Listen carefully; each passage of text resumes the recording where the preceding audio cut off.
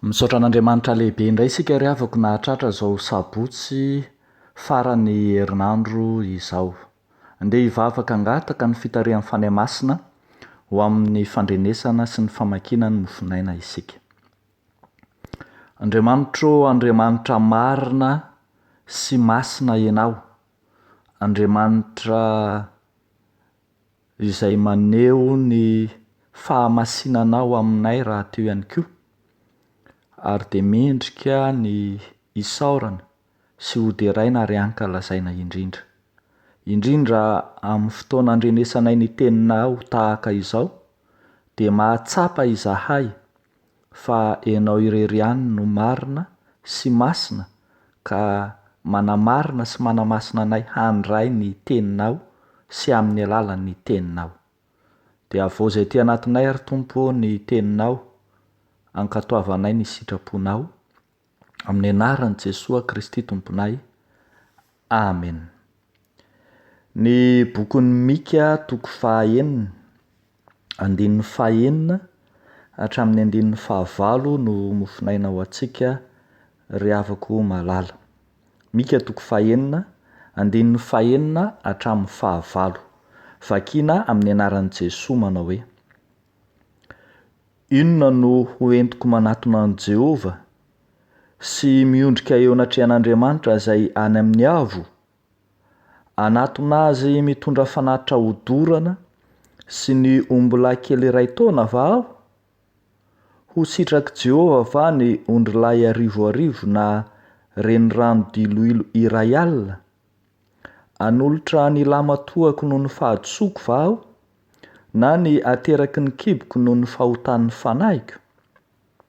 Ry olombelona, efa naseho anao izay tsara sy izay ilain'i Jehova aminao dia izao ihany: ny hanao ny marina sy ny ho tia famindram-po, ary ny anaraka an'Andriamanitra ao amin'ny fanetretena. Ray Masino, manamasinanay amin'ny fahamarinana, ny teninao no fahamarinana. Amen. Ho an'izay rehetra malala an'Andriamanitra sady voantso no masina, ho aminareo anie ry havako ny fahasoavana sy ny fiadanana avy amin'ilay Andriamanitra ray sy Jesosy Kristy Tompontsika. Amen. Ny mpaminany Mika ry havako malala dia mpaminany izay niasa tao amin'ny fanjakana atsimo na ny fanjakan'i Joda zany, tamin'ny taonjato 9 talohan'i Jesosy Kristy. Izany hoe raha mamaritra ny vanim-potoana isika dia fantatra fa mpaminany izay ndray nihira tamin'ny mpaminany Isaia sy Hosea ary Amosa ity mpaminany ity. Izany hoe mpaminany niasa tao anatin'ny vanim-potoana na feno faharantsiana ny zanak'Israely, ary ambara mandrakariva fa efa mananontany ny faharavana sy ireo faharantsiana marobe izay mandombaravarana ny loza noho ny amin'ny fahotana sy ny faharantsiana ihany. Efa hita taratra izany fandravana izany tamin'ny nandravanan'ny fanjakana avaratra, dia ny fanjakan'Israely izany, ary efa mandombaravarana any Jerosalema indray izy ankehitriny. Koa ity mpaminany Mika ity no miantso indray ny vahoaka sy maminany ny ambola hanarenan'Andriamanitra sy hamerenan'Andriamanitra amin'ny laoniny ny fiainan'ny vahoaka, mba tsy hahatonga azy ireo amin'ny loza sy ny fahamaizana tahaka izay nanjohan'ny fanjakana Israely tany avaratra izany, ary indrindra miantso ny vahoaka mba hiroso amin'ny fibebahana. Tamin'ny vanim-potoana nanjakan'i Mika ry havako malala, manodidina ny taonjato 9 teo hoy isika, dia efa tena niaina tao anaty faharantsiana samihafa Ireto vahoaka ireto: ny aina tao anatin'ny kolikoly, ny aina tao anatin'ny tsirariny, misy ny fanjakazakana ara-piarahamonina sy ara-toekarena, ka misy hatrany ireo nanampatra ny heriny sy ny fahefany ary ny hareny. Ny mpaminany ihany zany sisa no afaka mananatra ny olona sy hiantso ny olona hifoha ary hanaraka an'Andriamanitra marina.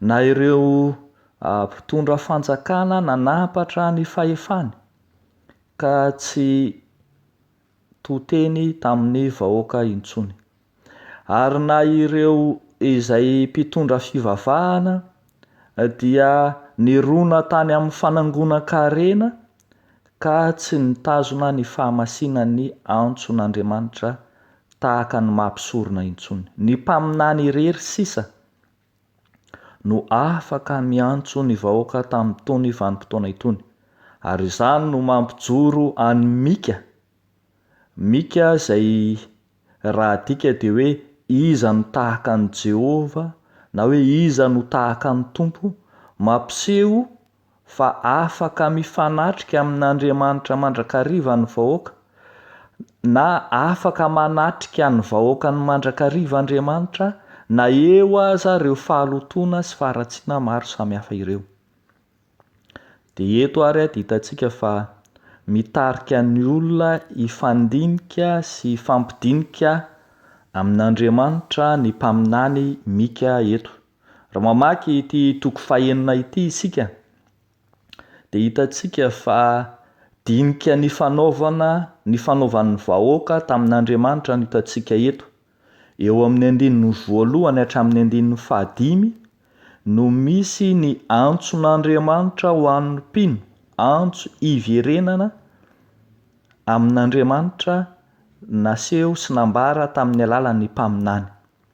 Eto amin'ity nofinainantsika ity ny andininy fahaenina hatramin'ny fahavalo dia maneho ny valitenin'ny mpino, maneho fahavononana hiroso amin'ny fiovahana dia ny fibebahana marina, ny fanekena hiverina amin'Andriamanitra.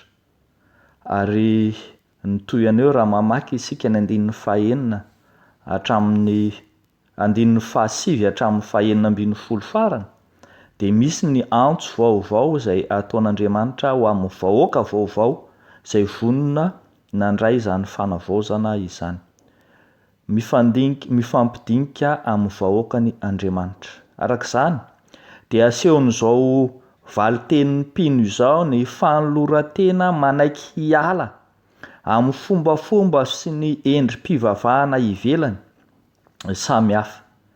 Aseho fa tsy maintsy miaraka amin'ny fahamasinana sy ny fisehoana, tsy maintsy miaraka amin'ny fahamasinana ny fisehoana amin'Andriamanitra masina, koa tonga zava-tsinotsinona sy zava-poana, ireo rehetra fandaniana sy hery rehetra voalaza ny andininy fahaenina sy ny fahafito, raha toa ka tsy misy ny fahamasinana eo anatrehan'Andriamanitra. Mila mahatsapa ny olona arak'izany fa ny heloka na ny fahotana no efitra mampisaraka azy amin'Andriamanitra, ary ny fiverenana amin'io Andriamanitra io ihany no vahaolana. Ny fiverenana sy ny fandraisana ny fahamasinan'Andriamanitra no manala azy amin'ny fahotana, fa tsy ny fandaniana ireo izay nomen'Andriamanitra indray akory. Tsy ny fandanianao ny fanatitra na ny ondry na ny diloilo na ny zava-tsoa izay omenao amin'Andriamanitra no fanalahidy hahafa-keloka anao.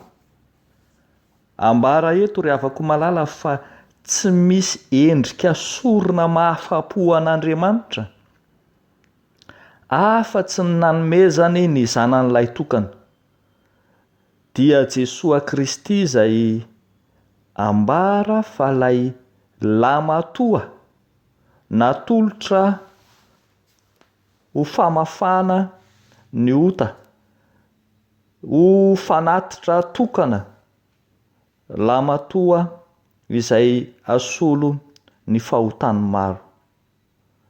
Ary areto ry havako malala fa tsy maka izay efa nomeny anao akory Andriamanitra, fa mirotsaka an-tsehatra miditra eo amin'ny fiainan'ny olona kosa izy mandray an-tanana ny fiainan'ny olona. Ry havako malala, ity mofinaina ity dia mitarika antsika hampitsahatra ireo fanatim-poana samihafa, ireo fanatim-poana izay mahatonga antsika handany ny fananana, handany ny tena, handany ny aina, handany ny fotoana sy ny sisa izay mety ho lanintsika nefa tsy ahitantsika akory ny tava amin'ny tompo.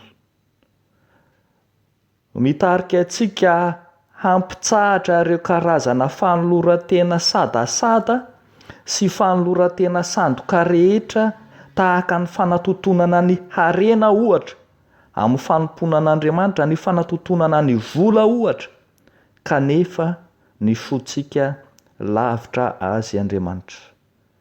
Fa mitarika antsika koa izao tenin'Andriamanitra izao, andeha ho tafiana ireo toetra mendrika ny filazantsara araka ny ambarany 15 manao hoe efa naseho anao izay tsara sy izay ilain'i Jehovah aminao dia izao ihany: ny anao ny marina, ny ho tia famindram-po ary ny anaraka an'Andriamanitra ao amin'ny fanetretena. Ambaran'ity tenin'Andriamanitra ity fa tsy afaka hanompo an'Andriamanitra ao anaty tsy fahamarinana isika, tsy afaka hanompo an'Andriamanitra ao anaty ny fifankahalana isika, tsy afaka hanompo an'Andriamanitra ao anatin'ny fieveran-tena ho zavatra isika, ary tsy afaka hanompo an'Andriamanitra amin'izay fanehoana sy fampiderahana fotsiny izay ananana, fa tsy maintsy mifono sy mitafy ny toetran'Andriamanitra izay mendrika isika amin'ny fahatsarany, amin'ny fahamasinany, amin'ny famindram-pony, amin'ny fanetretenany. Izany rehetra izany no fivavahana marina sy madio eo anatrehan'Andriamanitra, ka sady ahitantsika ny tavan'Andriamanitra izany no hamafan'Andriamanitra ny helontsika sy ny fahotantsika raha teo ihany koa. Dia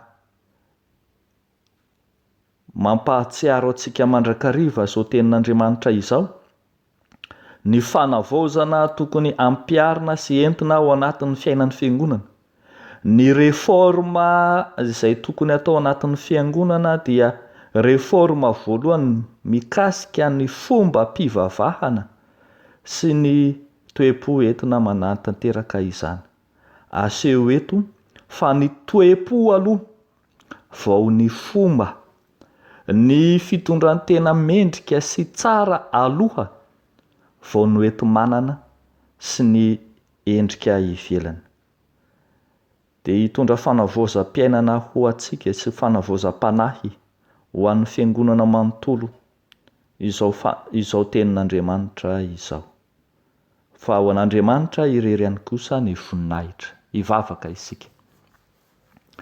Andriamanitro, misaotra sy midera mankalaza anao zahay ny amin'ny teninao izay mampianatra anay ny fivavahana marina sy madio, dia ny fivavahana tsy mihatsara velatsia eo anatrehanao, fa fivavahana izay mitaky ny hanoloranay ny fonay madio sy mendrika eo aminao. Ankehitriny ary Andriamanitro, dia raiso ny fanoloran-tenanay ho fanatitra velona masina sitraka ao Andriamanitra, dia fanompom-panahy mety ataonay izany.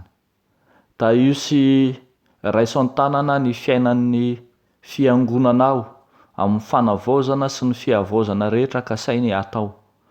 Da io sy raiso an-tanana ny fiainan'ny kristianina rehetra mba hahatonga azy ireny hiaina marina ny soratra ao masina.